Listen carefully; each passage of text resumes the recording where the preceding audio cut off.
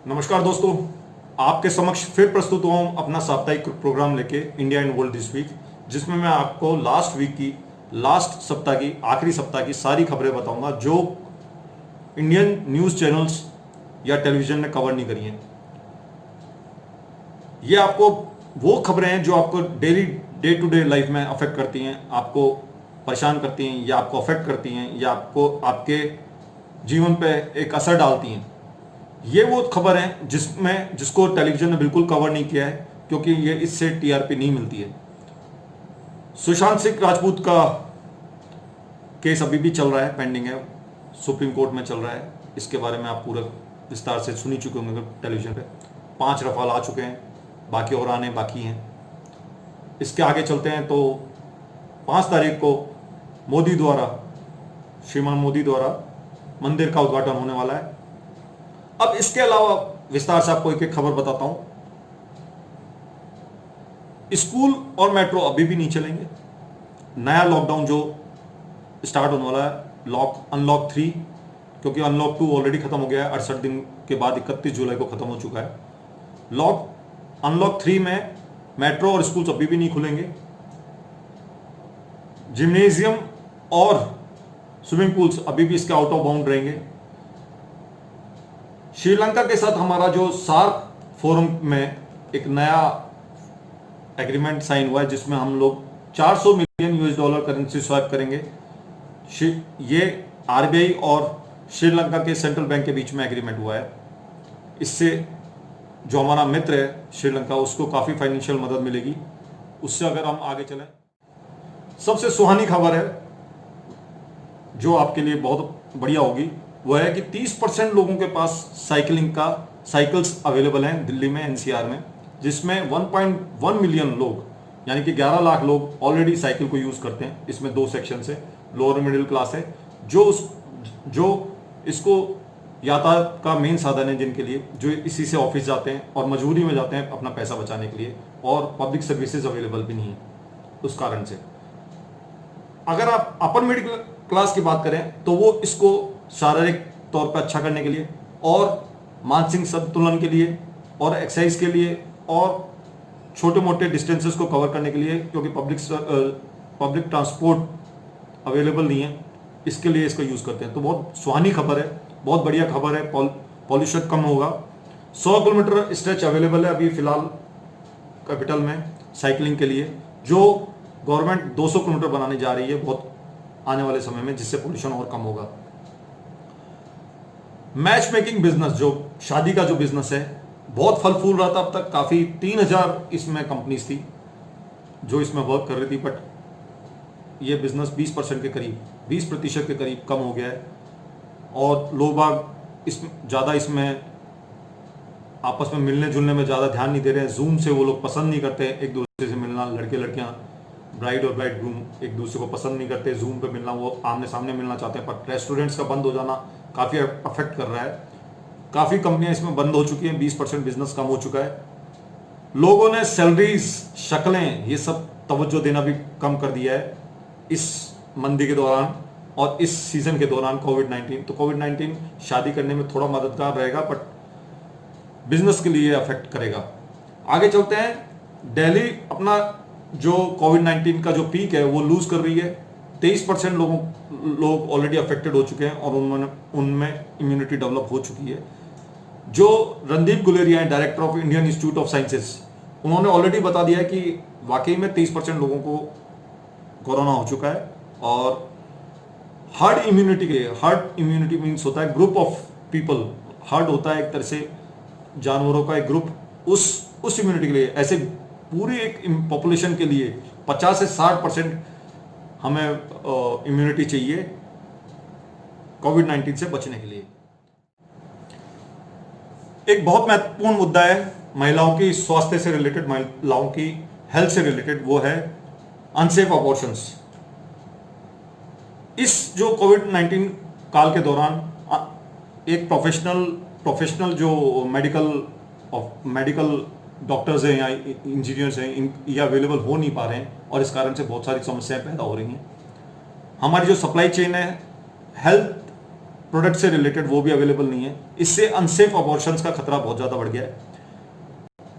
Indian law के अनुसार, भारतीय कानून के अनुसार 20 हफ्ते तक का फेटस, 20 हफ्ते तक का भ्रूण हम टर्मिनेट कर सकते हैं, उसके बाद टर्मिनेशन अलाउड नहीं है, और वो भी एक प्रोफेशनल एक्सपर्ट से कर सकते हैं। बट अभी प्रोफेशनल एक्सपर्ट्स अवेलेबल नहीं है, इस कारण से बहुत ज़्यादा अनसेफ अबॉर्शंस हो रहे हैं, अनसेफ प्रेगनेंसीज भी बढ़ी है। इससे महिलाओं की स्वास्थ्य को, महिलाओं की जान का बहुत ज़्यादा खतरा बढ़ गया है इस कोविड-19 के दौरान। इससे आगे बढ़ते हैं तो चाइना, ऑस्ट्रेलिया ने चाइना का जो होल्ड है या उसका जो कब्जा लेने का जो चाइना सी पे जो उसका होल्ड है, उसको सिरे से खारिज कर दिया है। जो सो कॉल्ड 9 डैश लाइन करके एक एग्रीमेंट हुआ था 1940 में, जिसमें चाइना पूरा चाइना सी को अपना मानता था, उसको ऑस्ट्रेलिया ने सिरे से खारिज कर दिया है। इससे आगे बढ़ें, अगर आप म्यूजिक के बहुत अच्छे श्रोता हैं और म्यूजिक सुनना पसंद करते हैं, तो एक ब्लू गिटारिस्ट जो फ्लीटवुड मैक में एक्सपर्ट थे, जिनका नाम था पीटर ग्रीन, उनकी 73 साल में मृत्यु हो गई है। 1946 में अक्टूबर 29 को लंदन में जन्म हुआ था। 10 साल की उम्र में उनको गिटार, एक सस्ता सा गिटार पकड़ा दिया गया था, उसी से उनकी म्यूजिकल जर्नी, एक उनकी यात्रा, म्यूजिक की यात्रा, संगीत की यात्रा शुरुआत हुई, और उनका 73 साल में डेथ हुई। जनरली संगीतकारों की मृत्यु बहुत लेट होती है, बट ये एक साइकेडेलिक ड्रग, एक प्रकार की ड्रग होती है, उसको लिया करते थे, जिसके कारण उनकी मृत्यु हो गई बहुत अल्प आयु में। इससे आगे बढ़ते हैं, कश्मीर में एक बहुत बढ़िया खबर आई है। अब कोई सिविलियन लेवल पे कोई भी टेररिस्ट अवेलेबल अब नहीं रहा, नहीं बचा है, कोई भी सिविलियन अब टेररिस्ट नहीं है। जो आखिरी कमांडर था अशफाक राशिद खान, लश्कर ए तैयबा का, वो उसकी भी डेथ हो गई है, उसका भी एनकाउंटर हो चुका है। ये बात JK inspector general of police IGP Vijay Kumar ji ने बताई है, और उन्होंने बताया कि अब कोई सिविलियन लेवल पे कोई टेररिस्ट अवेलेबल नहीं है। बहुत बढ़िया खबर है, और हमारे लिए कश्मीर को इंटीग्रेट करने में बहुत फायदेमंद है। आखिरकार फौजी भाइयों ने, फौज ने एक अच्छा एक्शन ले लिया है। इससे आगे बढ़ते हैं, यूके प्लान टैरिफ।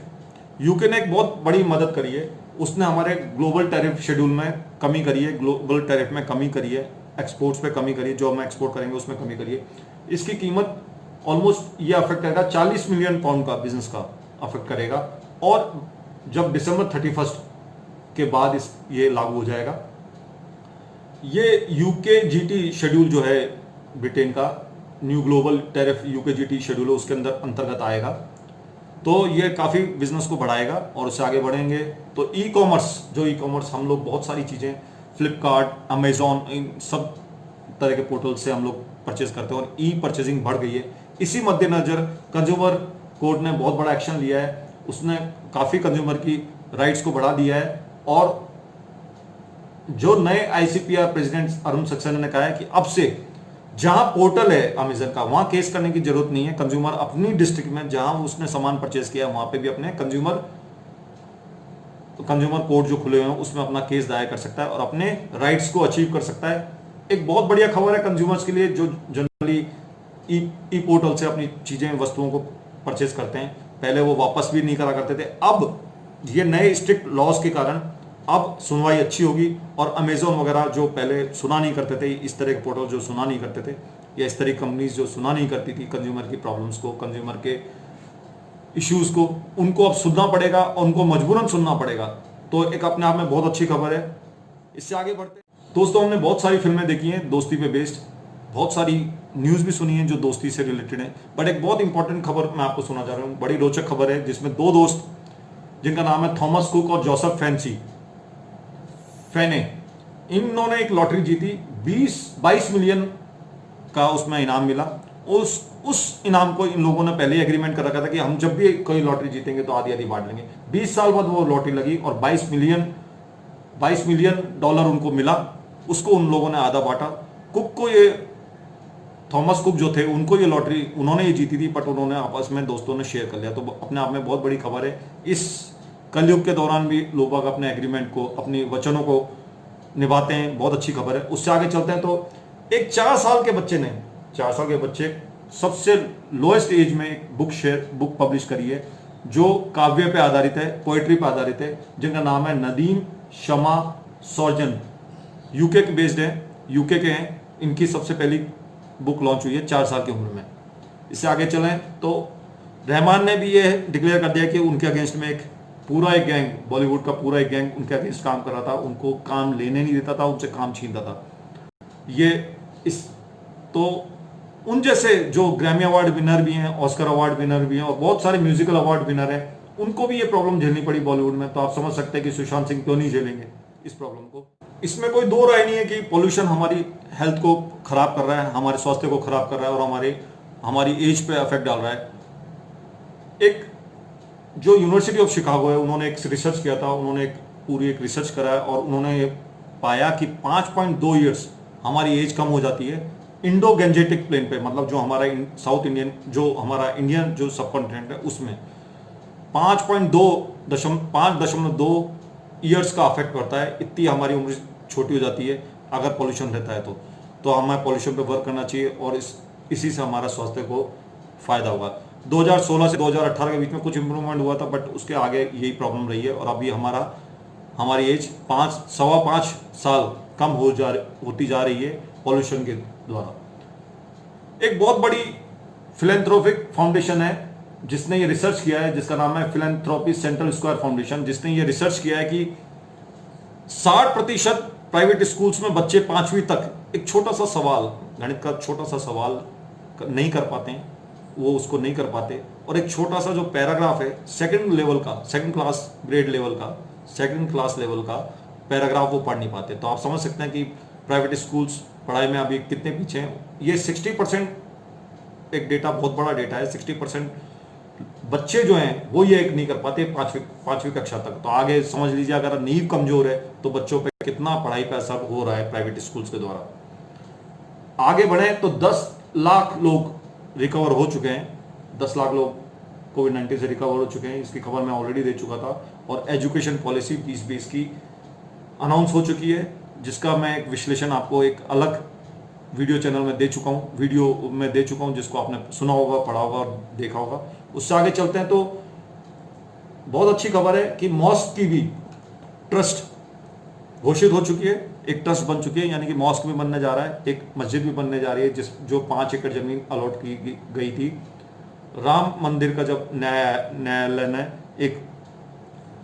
एक ऑर्डर पास किया था और जब रिजल्ट दिया था मंदिर बनने के लिए, तो एक 5 एकड़ जमीन जो बनी थी उसके लिए ट्रस्ट अभी तक नहीं बनी थी, पर ट्रस्ट अल्टीमेटली मुकर्रर हो गई है और उसको अनाउंस कर दिया गया है। तो बहुत अच्छी बात है, बहुत कम समय में वो वहाँ पे मस्जिद भी बनेगी और मामला पूरी तरह से सॉल्व हो जाएगा।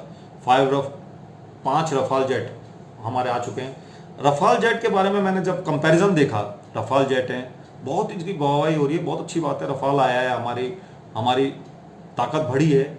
बट मैंने जब कंपैरिजन किया है तो हमारा रफाल और पाकिस्तान का जो सबसे बढ़िया हवाई जहाज है, जो पाकिस्तान का और चाइना के जो कंपैरेटिव जो प्लेन्स हैं, फाइटर प्लेन्स हैं, अगर उसका कंपैरिजन करें तो बहुत ज़्यादा अंतर नहीं है तीनों के बीच में। अगर आप ध्यान से देखें तो इसमें जो मैन बिहाइंड द मशीन, जो पायलट होंगे, वो सबसे बड़ी भूमिकाएं अदा करेंगे जब भी ये फाइट होगी, जब भी अगर नियर फ्यूचर में वार होता है तो इसमें फाइटर्स का ज़्यादा रोल नहीं होगा, man behind the machine pilots का ज़्यादा रोल होगा। इससे आगे बढ़ें, हमारे प्रधानमंत्री श्रीमान मोदी ने जो भी टॉप प्राइवेट बैंक्स हैं और सरकारी बैंक हैं उनके बॉसेस को कहा है कि एमएसएमई और एग्रीकल्चर सेक्टर में लोन दें, उनको मदद करें लोन देने में, क्योंकि कोविड-19 ने काफ़ी कुछ अफेक्ट किया है। एक अपने आप में बहुत महत्वपूर्ण खबर है। इससे आगे चलते हैं तो इंडिया ने खारिज कर दिया कि उनका डिसएंगेजमेंट का जो प्रोसेस है, जो अपनी फौजों को वापस पीछे करने का जो मुद्दा है, वो अभी तक कंप्लीट हुआ है, वो चाइना से अभी कंप्लीट नहीं हुआ, वो अभी भी चल रहा है, वार्ता अभी भी चल रही है। डिसएंगेजमेंट का प्रोसेस है, उसको वो नहीं मानते कि अभी कंप्लीट हुआ है। तो चाइना से अभी भी युद्ध के आसार हैं और फौज के साथ डिसएंगेजमेंट का प्रोसेस अभी चल रहा है। आगे चलते हैं, शिव भगवान की एक बहुत बड़ी मूर्ति जो 1998 में घाटेश्वर टेम्पल राजस्थान से चोरी हो गई थी, स्मगल हो गई थी यूके में, जिसकी खबर ऑलरेडी हमारे यहाँ की जो सूत्रों ने उनको 2003 में ही दे दी थी कि वो यूके में मिल सकती है, वो अब वापस आ रही है। और जो यहाँ के आर्कोलॉजिकल सर्वे ऑफ इंडिया, उसने कह दिया कि ये 2003 में चोरी हुई थी और इसका वापस आना एक अपने आप में एक अद्भुत न्यूज़ है, हमारी मूर्ति का वापस आना, और बहुत बढ़िया खबर है। टर्की जो एक अपने आप में एक बहुत लिबरल मुल्क था, जो एक बहुत लिबरल कंट्री था और सब तरह की धर्मों को मानता था, वो अब कट्टरवादिता की तरफ चल रहा है। एरोडोगान गवर्नमेंट जो है, जो बेसिकली जो उनकी लीडरशिप में जो गवर्नमेंट है, उसने अभी रिसेंटली एक म्यूजियम को कन्वर्ट कर दिया है मस्जिद में, जो पहले चर्च हुआ करता था, जिसकी बहुत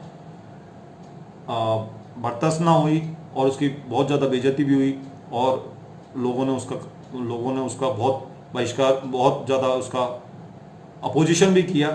बट कहीं ना कहीं एक कट्टरवाद देश की तरफ टर्की बढ़ रहा है और वो अब सऊदी अरेबिया की डोमिनेंस को नहीं मानता है।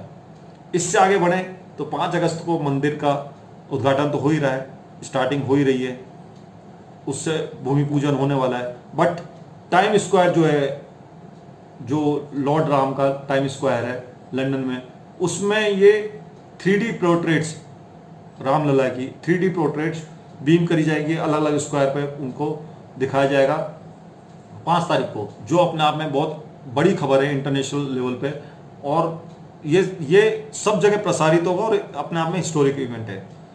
तो इसी के साथ मैं विदा लेता हूं और आपसे, आपका अगर कोई सुझाव है तो मुझे बताइए, जिससे मैं आप इस पे फर्दर वर्क कर सकूं। सब्सक्राइब करना ना भूलें। आपका बहुत बहुत धन्यवाद। फिर मिलेंगे नए बुलेटिन के साथ, तब तक के लिए नमस्कार।